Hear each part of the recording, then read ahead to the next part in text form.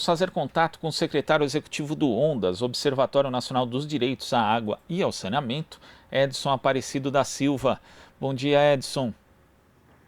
Bom dia, tudo bem? Bom dia a você, aos seus ouvintes, obrigado pelo convite. A gente que agradece sua participação aqui no Jornal Brasil Atual. Edson, o presidente Jair Bolsonaro nesta semana sancionou o novo marco regulatório do saneamento básico com alguns vetos. Entre eles, o veto que retirou do texto a permissão para que estatais renovassem seus contratos por mais 30 anos. Como é que você viu esse veto específico do presidente Jair Bolsonaro e também os outros que constam aí da sanção do novo marco regulatório? Esse veto ao projeto de lei, né, o então 4162, ele significou uma piora do que já era, na nossa opinião, ruim para o saneamento no Brasil, né? Para quem está nos ouvindo aqui, assistindo, é importante saber que o veto ao artigo 16 rompeu um acordo que foi feito pelos governadores, um acordo capitaneado pelo governador Rui Costa da Bahia, para que o projeto fosse aprovado no final do ano na Câmara dos Deputados, no final do ano de 2019. Em síntese, esse artigo era um artigo que dava uma sobrevida importante para as companhias públicas, para as companhias estaduais de saneamento no Brasil. O artigo dizia o seguinte, que os contratos em vigor atualmente, eles poderiam ser é, repactuados, né, novamente por um prazo de 30 anos, e as situações de fato, ou seja, aquela situação em que a empresa presta o serviço de saneamento sem contrato, eles poderiam ser regularizados, né, até 31 de março de 2022. Então, o veto desse artigo, ele deve movimentar muito os governadores. Antes de ontem, o jornal Estado de São Paulo já publicou uma carta com assinatura de 16 ou 15 governadores, se manifestando contra o veto, né? Essa carta foi do dia 14, e a gente tem ouvido que deve ter uma movimentação grande no Congresso Nacional no sentido de derrubar esse veto. Esse veto é o veto mais importante, né? Ele também vetou outros artigos, mas no fundamental a lei ela se mantém como estava. Agora, Edson, existe também aí essa questão da renovação dos contratos e, em tese, os contratos em vigor estariam preservados. Mas tem um artigo no marco regulatório que prevê que os contratos em vigor eles ficam condicionados à comprovação da capacidade econômico-financeira da empresa contratada, o que inclui aí as estatais. Só que a metodologia para a comprovação dessa capacidade financeira ainda vai ser definida por decreto. Ou seja, existe uma ameaça também pairando sobre os contratos que estão em vigor? Essa pergunta sua é muito boa, porque além dessa etapa da sanção e dos vetos, nós ainda precisamos aguardar a regulamentação da lei. E muitas surpresas podem vir nesse processo, né?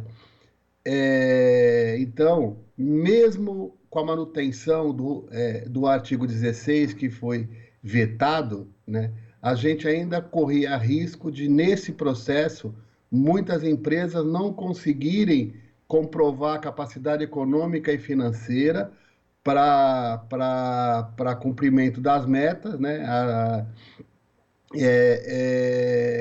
E é um decreto que está sendo feito pela equipe do Ministério da Economia, do Paulo Guedes, né? Então, como é que fica hoje, então? Os contratos de programa em vigor ou seja, aqueles contratos que foram assinados por 30 anos a partir de 2007, que quando foi aprovado a Lei 11.445, esses contratos eles se mantêm até o seu final.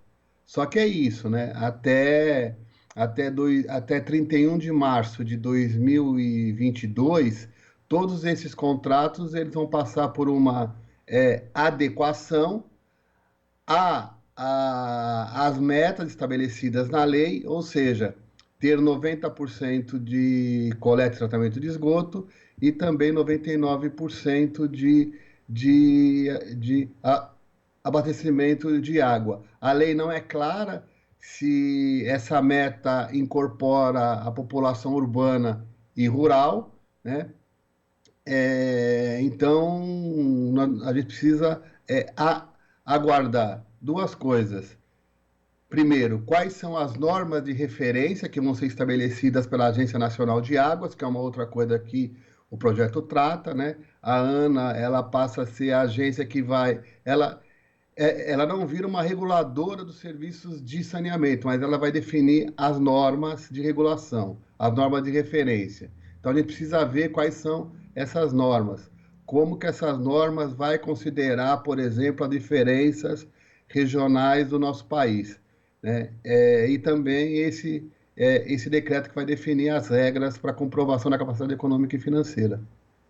Então, quer dizer, a gente, além dos perigos que já existem no texto do projeto de lei, ainda existem esses outros perigos que a gente não sabe quais vão ser, inclusive em relação justamente a esse decreto, por exemplo, que vai regulamentar os parâmetros da capacidade econômico-financeira, que nós sabemos que podem acabar ajudando a beneficiar a iniciativa privada, os grandes grupos, no caso, e, quer dizer, isso tudo feito de forma muito pouco transparente, né, Edson? Era necessário que a sociedade civil como um todo participasse mais de todo esse processo, tanto da elaboração do projeto de lei, o que acabou não acontecendo, como agora também dessa questão da regulamentação. É, va- Vários pontos da lei, ele claramente beneficia o setor privado, né? É, um, um dos pontos, por exemplo, é que no caso das metas de 90% de água e 99% de água e 90% de esgoto, essas metas valem para o prestador público, ou seja, até 31 de março de 2022, os contratos têm que ser reformulados de forma a se enquadrar nessas metas, mas esse mesmo artigo diz que os serviços que hoje já são privatizados, os contratos não se modificam.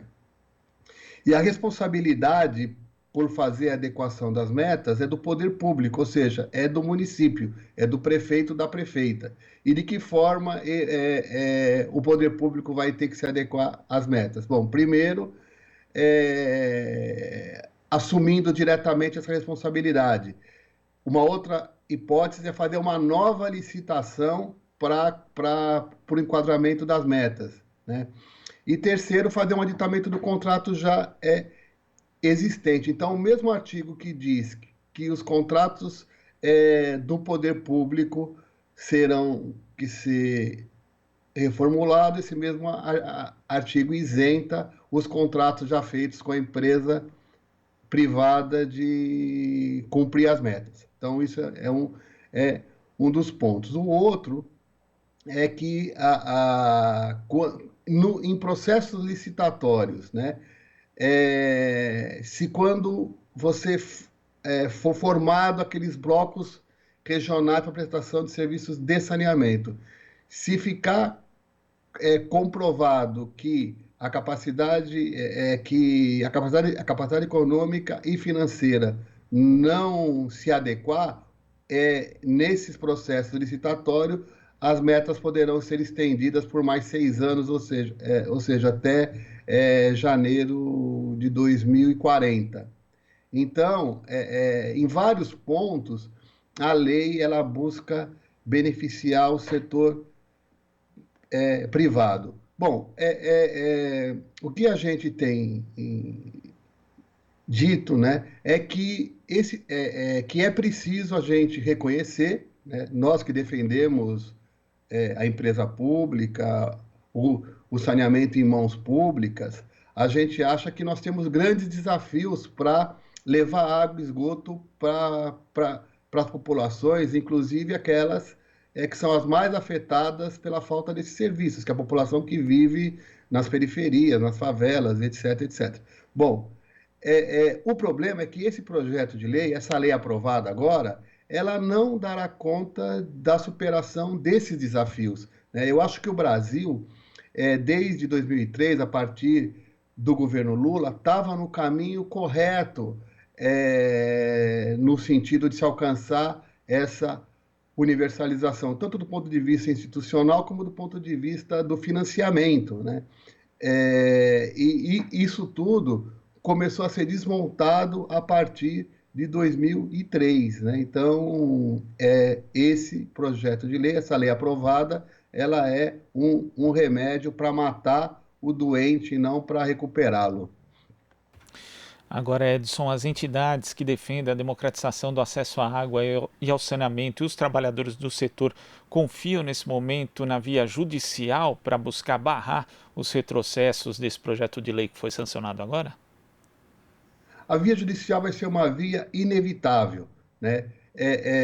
Nós não podemos apostar todas as nossas fichas no Poder Judiciário brasileiro, que por diversas vezes já demonstrou que ele tem lado, e o lado do Poder Judiciário não é o lado do povo, não é o lado dos trabalhadores e das trabalhadoras. Mas para o bem ou para o mal, nós vamos ter que apelar para o judiciário, porque essa lei aprovada ela é um escândalo sob vários aspectos legais, na nossa opinião, né?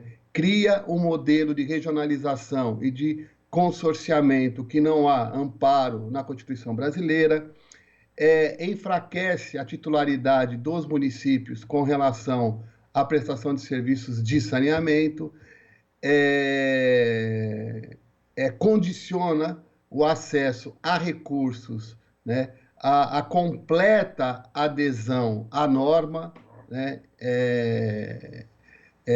inclusive obrigando os entes federados a, a se adequarem a normas aparentemente ilegais, né? Então, vai ser inevitável o caminho judicial. Agora, um outro caminho, e esse caminho vai ser o caminho que vai dar, na minha opinião, pode dar mais resultado, é o caminho da luta, da resistência, da unidade entre o movimento sindical e o movimento popular, né? E a luta ela se transfere do campo nacional para o campo local, né? Ou seja, a luta pela garantia do saneamento enquanto serviço público, ela vai se dar nos territórios, seja nos municípios, né, com a criação de comitês em defesa da água e do saneamento público, né, nas câmaras municipais, nas assembleias legislativas, nos estados, né? Então, eu acho que o nosso desafio daqui para frente vai ser esse. Seja, vai haver uma espécie de atomização da luta, já que a privatização ela precisa, né, da autorização, inclusive, da Câmara Municipal. A concessão pode ser feita diretamente pelo prefeito, mas essa pressão agora vai para as cidades, vai para os locais, Edson. Exatamente, essa é a nossa expectativa, né? Que a luta agora ela se descentralize, né? Então a gente aproveita essa oportunidade, né? Em 2018 nós realizamos o Fórum Alternativo Mundial da Água em Brasília, e nesse processo de organização do FAMA, a gente conseguiu articular em quase todos os estados brasileiros comitês de preparação do FAMA. E esses comitês tiveram uma característica importante porque eles conseguiram juntar movimentos de várias matizes, várias áreas de atuação, vários campos de luta, no mesmo propósito, que era defender a água como direito e não mercadoria. Eu acho que está na hora da gente rearticular esses comitês, que foram comitês importantes na organização do FAMA, para virarem comitês em defesa da água e contra a privatização nos territórios. Tá certo, Edson. Muito obrigado pela sua participação aqui no Jornal Brasil Atual e até a próxima. Muito obrigado, obrigado a você, aos seus ouvintes, e dizer que a gente precisa muito, muito da imprensa como a de vocês, a imprensa popular, para a gente poder fazer valer a nossa voz. Muito obrigado a você e aos ouvintes. A gente que agradece. Conversamos aqui com o secretário executivo do ONDAS, Observatório Nacional dos Direitos à Água e ao Saneamento, Edson Aparecido da Silva. Você está ouvindo Jornal Brasil Atual. As notícias que os outros não dão.